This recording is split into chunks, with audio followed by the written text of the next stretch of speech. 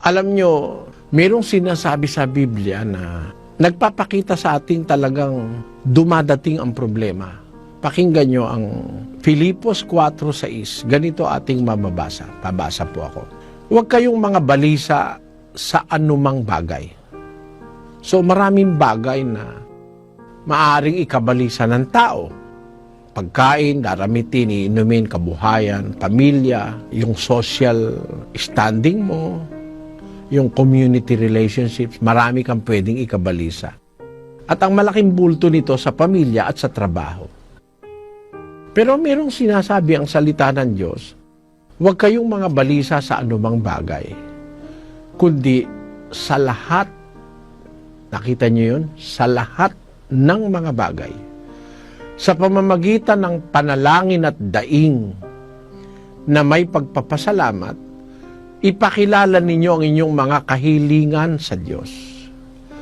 So, ang pinakamaganda sa lahat, pag dumadating ang problema o kabalisahan sa buhay, unang lumapit tayo sa Diyos. Maniwala kayo, may Diyos. Yung mga taong nagsasabing walang Diyos, hindi lang gumagamit ng isip yun. Walang gagawa ng planeta, ng araw, ng bituin kung walang Diyos. Remember that principle in science, nothing happens without a cause. Walang nangyayari na walang dahilan. Scientifically, physically speaking, nothing happens without a cause.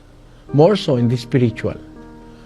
Sa spiritual, hindi maaring mangyari ang lahat ng ito kung walang dahilan. At ang dahilan ng existence ng lahat ng bagay ay ang isang Diyos na gumawa nito.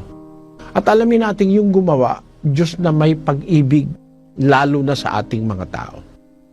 Kaya pag dumadating sa atin yung parang meron tayong suliranin ng parang hindi mo kaya, may suliranin kang parang mabigat dalhin sa puso mo, suliranin sa trabaho, sa mga katrabaho mo, napapag-initan ka. Ang sabi ng Biblia, huwag kayong mabalisa sa anumang bagay, kundi sa lahat ng mga bagay, sa pamamagitan ng panalangin at daing na may pagpapasalamat, ipakilala ninyo ang inyong mga kahilingan sa Diyos. Sa Diyos ka agad lumapit. Alam niyo, walang kapareho yun eh.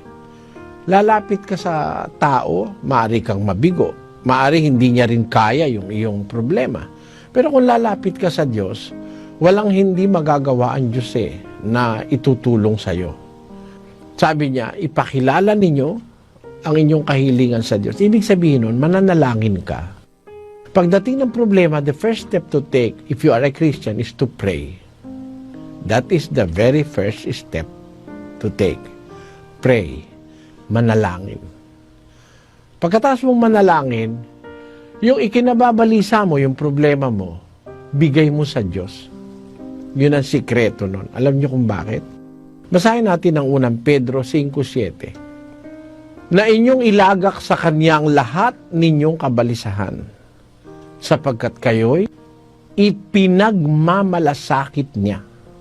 Sa English it says, cast all your anxieties on Him, for He cares about you. That is a very clear consolation for Christians. Pagdating ng problema, anxieties in life, manalangin ka.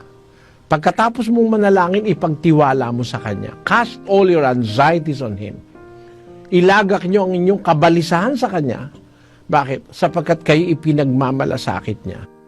Alam nyo, yung pagmamalasakit, nararanasan natin yan sa tao. Sa magulang, may malasakit sa anak. Sa asawa, may malasakit sa asawa. Anak, minsan may malasakit sa magulang. Kapitbahay lang merong malasakit sa kapitbahay.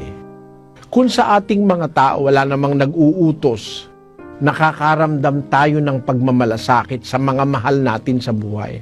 Kung ikaw ay Kristiyano, anak ka ng Diyos, marunong kang kumilala sa Diyos, nakikita naman ng Diyos na hindi ka naman masamang tao, itanong mo sa sarili mo, ipagmamalasakit ka ba ng Diyos? Sigurado. Kasi tayo lang mga taong makasalanan, marunong magmalasakit Yung Pan-Diyos na mismong lumalang sa atin ang hindi niya tayo ipagmalasakit. Kaya sabi ng Biblia, kayo'y ipinagmamalasakit niya. Sabagay, hindi naman lahat ng tao yan, kundi yung mga taong nagtitiwala at kumikilala sa Diyos. Sabi ng Biblia, kung meron kang kabalisahan, hindi ka dapat malungkot